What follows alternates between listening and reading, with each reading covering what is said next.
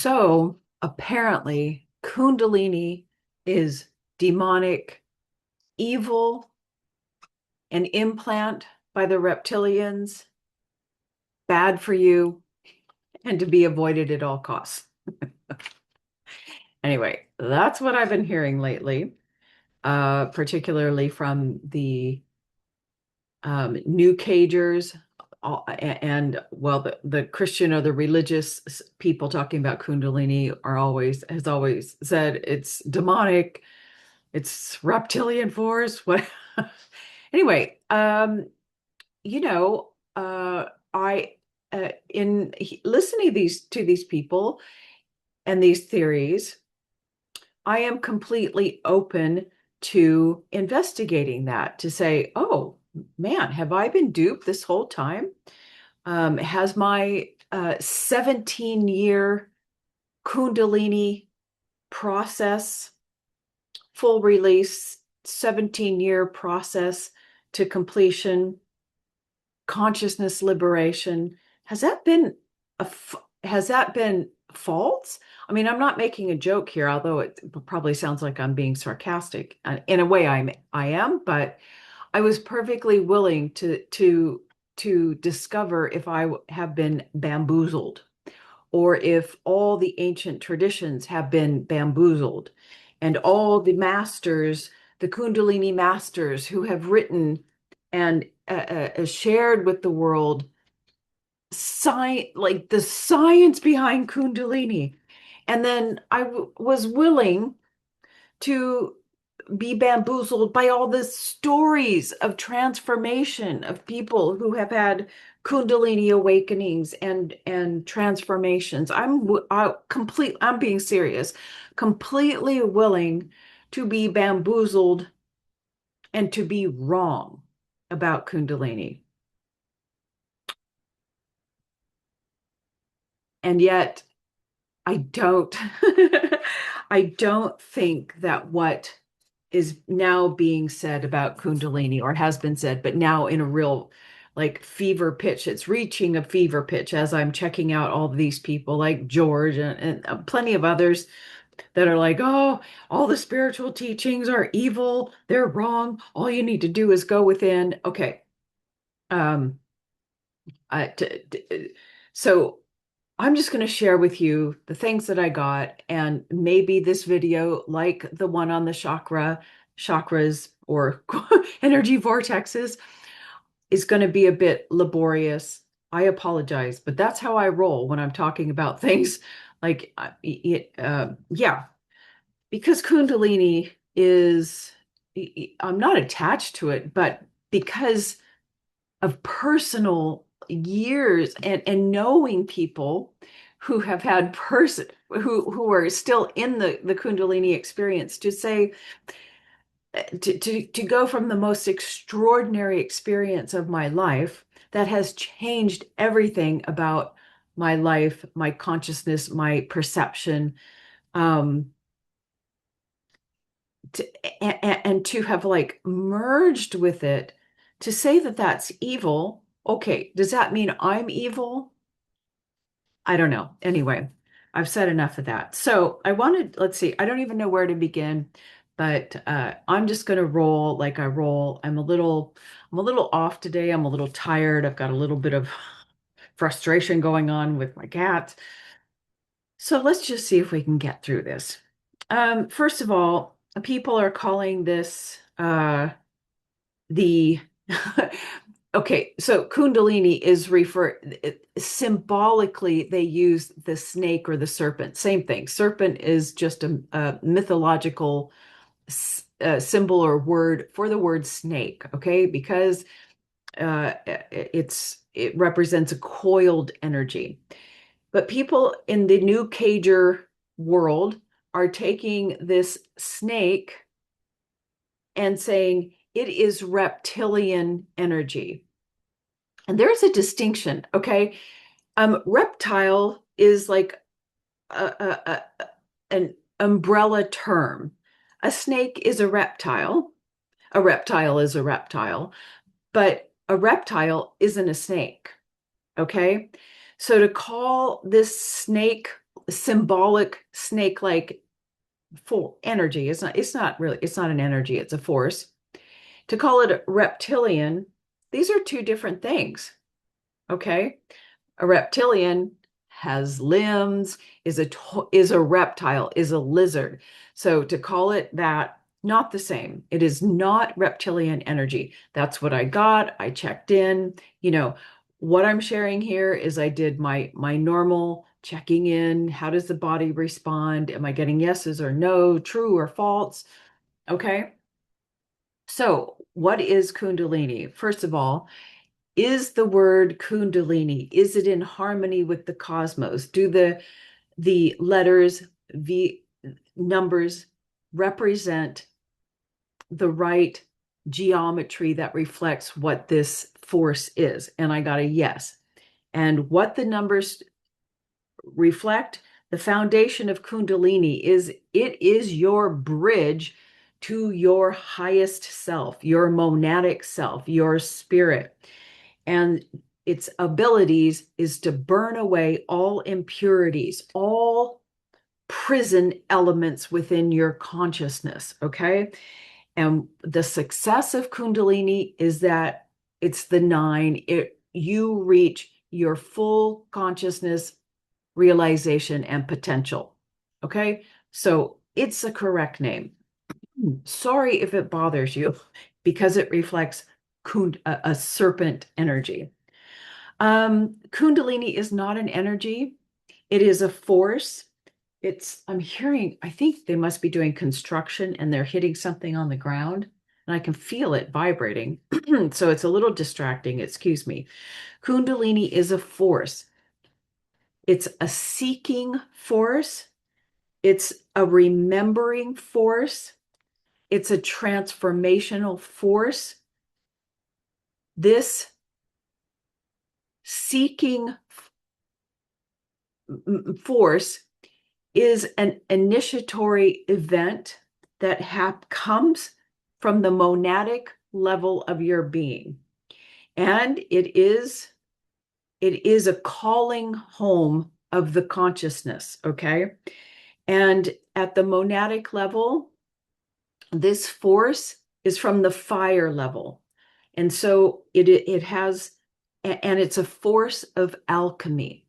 It is taking one current form, burning away that which it thought it was, and it's a physical transformation. So it's an alchemical transformation, okay? One thing to another. And I asked because this was my belief that Kundalini, okay, so what they're also saying is that Kundalini is an implant, that the reptilians are implanting this and, it's causing, it's causing evil in people and blah, blah, blah.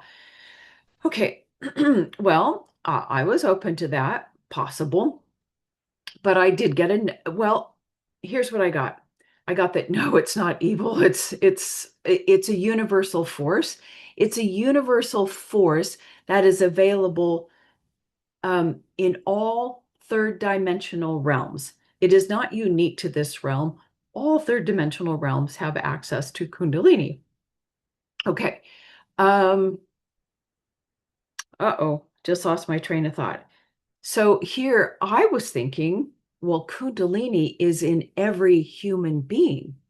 Oh, wait, is it an implant? I did, and I got a yes that it was an implant. I was like, where am I going wrong? But the word I was getting that the word implant is not correct. But an implant indicates that you have a being and something is added to it. And this led me down the road. And what I got was it's a good implant. It's something that's added to a human form or a soul, their etheric body at certain times in the journey. Okay.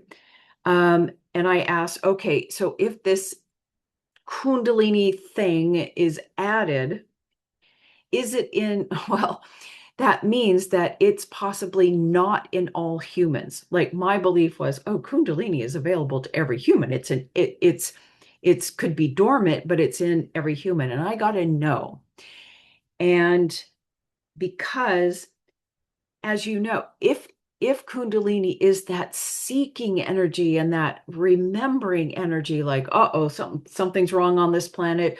Oh, I know there's something more, that kind of energy, that seeking energy that gets people on the spiritual journey, that's not in everybody, but that is the force of Kundalini. It is not available for everybody because not everybody is awake or have that seeking, longing energy to return to God. I mean, you have different levels of seeking energy in people, but those who have that seeking energy, most of them have Kundalini available to work with them.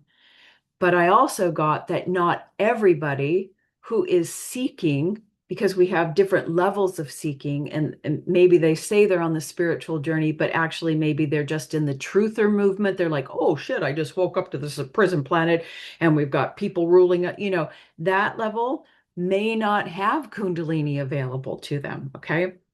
I'm kind of getting ahead of myself, but I'll just go ahead and say, some the seekers that have Kundalini available to them will maybe go to retreats and do meditation, and they will have a little bit of Kundalini, a little activation, like, oh, stirs it, and they can have Kundalini experiences. Okay.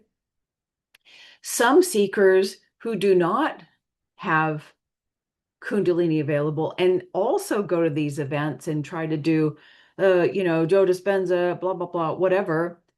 And they also have experiences similar. Well, sometimes, many times, what I'm getting is they are experiencing pranic movement. In the other video, I talked about the 5 vayus and the energy vortexes that are behind these quote unquote chakras. Okay. You can, through your breath work, vitalize these pranic bodies to the point where they twist your body and all that sort of stuff. And people think that's Kundalini, and it is not. Okay. So I'm just saying that people can say they're having Kundalini experiences and yet they're not really seeking, and they're mistaking pranic activations because they don't know. So I'm just saying there's lots and lots of misinformation out there about Kundalini. Okay. Also, the new cager, they're like, see the caduceus sign, the medical sign where you've got the 2 snakes in the center. Okay. The snakes on that sign are not representing Kundalini. Those 2 snakes are, and I don't know why they're snakes, but those 2 are representing Ida or Ida and Pingala pranic channels. These are not Kundalini channels. The Kundalini channel is represented by the middle channel, which is a silent force. It's the middle way. But to hold up that sign and say, see, they're even inserting these evil Kundalini serpents into the medical thing. No. What that sign is saying is if you balance your prana, uh, hello, kitty cat, then you rest in the center of your being where health is discovered. Okay. So there you go. I'm going to be all over the place. And yeah, sorry, this is going to be a long video. Get over it. I am a little grumpy today. Sorry. Okay. So, Kundalini is sort of an implant, but it's something that's added to the etheric body of the soul that is ready, that the monadic self is ready to call home in a way. I don't know what the triggers, what the mechanics of that are. That's beyond my ability to discover that at this point. Okay, so Kundalini is a force, and it does create this force creates, what am I getting, a sort of pressure in the base vortex area And why they call it a snake, because it is a vortex of energy that the force creates this, and then you have at the subatomic level in your etheric body this kind of coiled, dormant energy force, okay? And because it's coiled. And also they use the snake metaphor, not the fact that it's coiled, but what happens when the people do the flute of a snake or the cobra and it rises, it is because it's representing the monadic self is calling you home, okay? Is calling you to the center channel, I guess, to the center of your being, which is, you know, the monadic, the logoic monadic consciousness. Okay. What else do I want to say? It does, so it does have a bit of substance to it. And when and what releases that coil is pressure and heat resulting from breath work. And it could be fast breath work or trauma breath work, you know, that kind of anxiety or a nervous system. Anyway, that's how it gets released. Anyway, it's pressure on these vayu vortexes. Anyway, we don't need to know the whole blah, blah, blah. It's not a reptilian force. And it ignites its ignition of fire. The ultimate uncoiling comes from the breath. Yes. And the serpent is just symbolic, a human symbology. And the universe would say, yeah, that symbology is human made, and it's not necessarily in alignment with the cosmos because it's not exactly true to form. Okay. Blah, blah, blah. Kundalini is a force. Hold on. So Kundalini as a force, let's see. And I asked, can the reptilian archon matrix control Kundalini? No. It is beyond it's beyond their ability. Okay. It's beyond the matrix. Okay. However, when Kundalini is really even activated or released in somebody, now, for the true spiritual seeker and they handle it the correct way, in somebody like that, yes, the archon reptilian, it's like a moth to a flame. They love that energy because it is the creative force. Like they want to be able to utilize it for their own good. And so thus you end up with kind of a spiritual battle. I went through it, blah, blah, blah. But in general, of course, because the archonic force are little like imps, they're also archons of guilt, archons of hating self, archons of self-doubt, archons of, all the things that we battle within ourselves. That is the archonic force. Now, for somebody who does breath work and they're not really and accidentally or forces Kundalini when they're not really ready, yes, this also, well, let me go back to the person who is ready and it kind of happens naturally. Yes, it does draw the negative force to you, but it's like what's going on and you're willing to work on yourself. And Kundalini is a fire.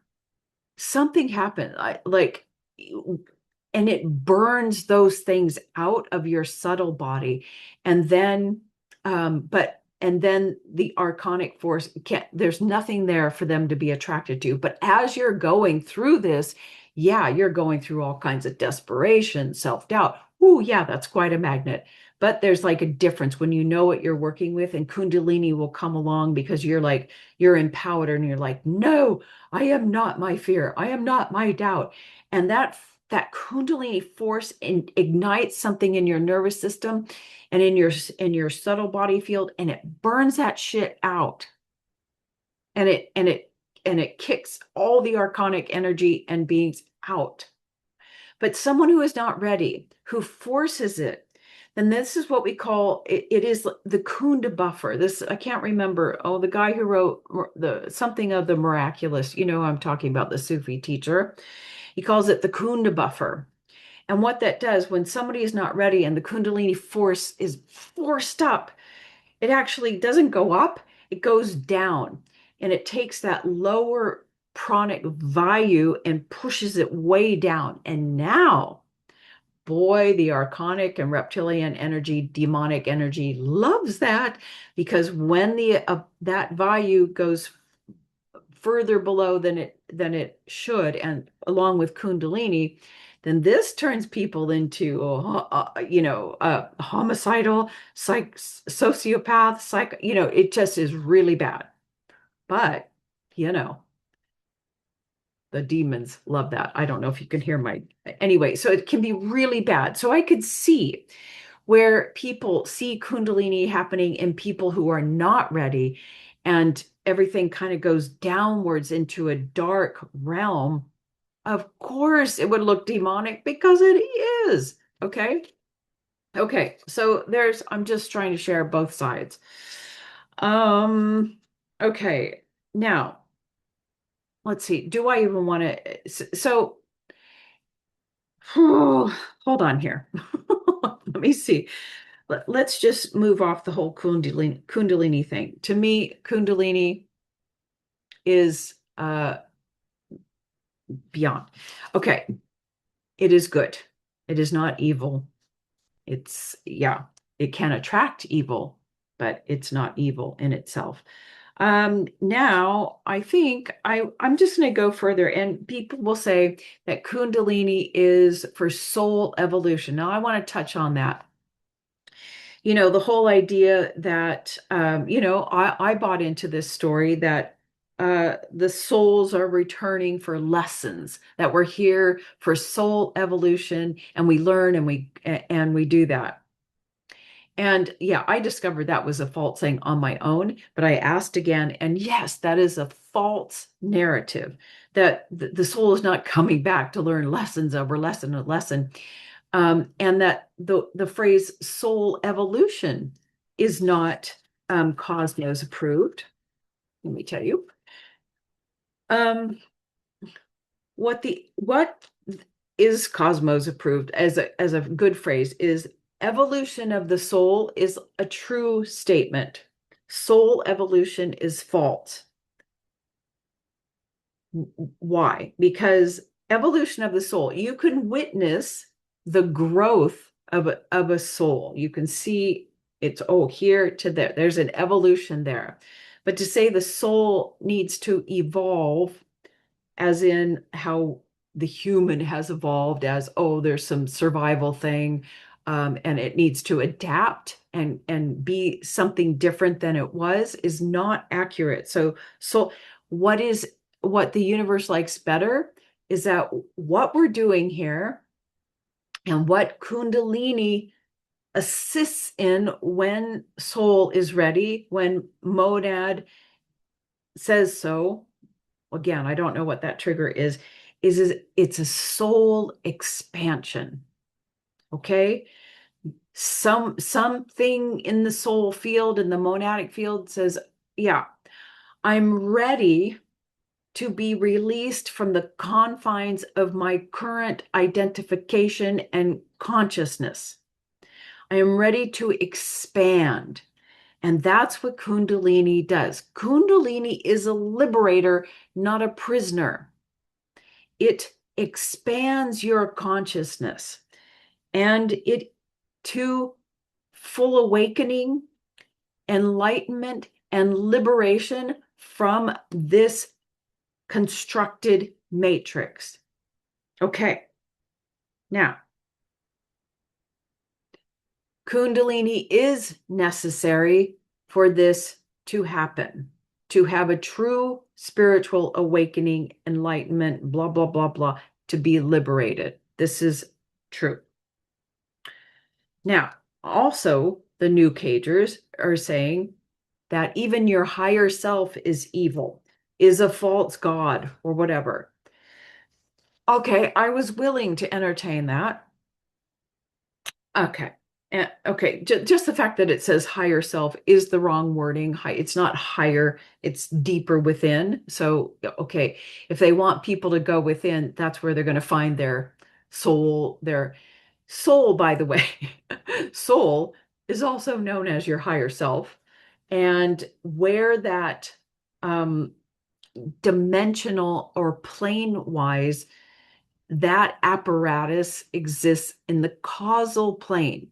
The causal plane exists outside or beyond or deeper, whatever the thing is, the logistics is, this planetary prison matrix.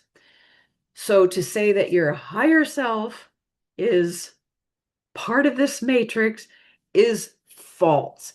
Get over it. Okay. But it's not up here, it's in here. Okay. Um, okay. Anything else I want to say? Um, yeah, I think that's all I want to say about that. Anyway, I hope it was helpful. Just my opinion. I had to get that little rant off my chest. Okay.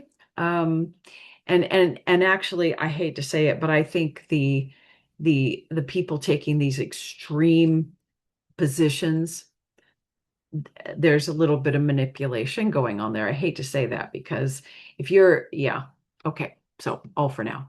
Thank you for listening.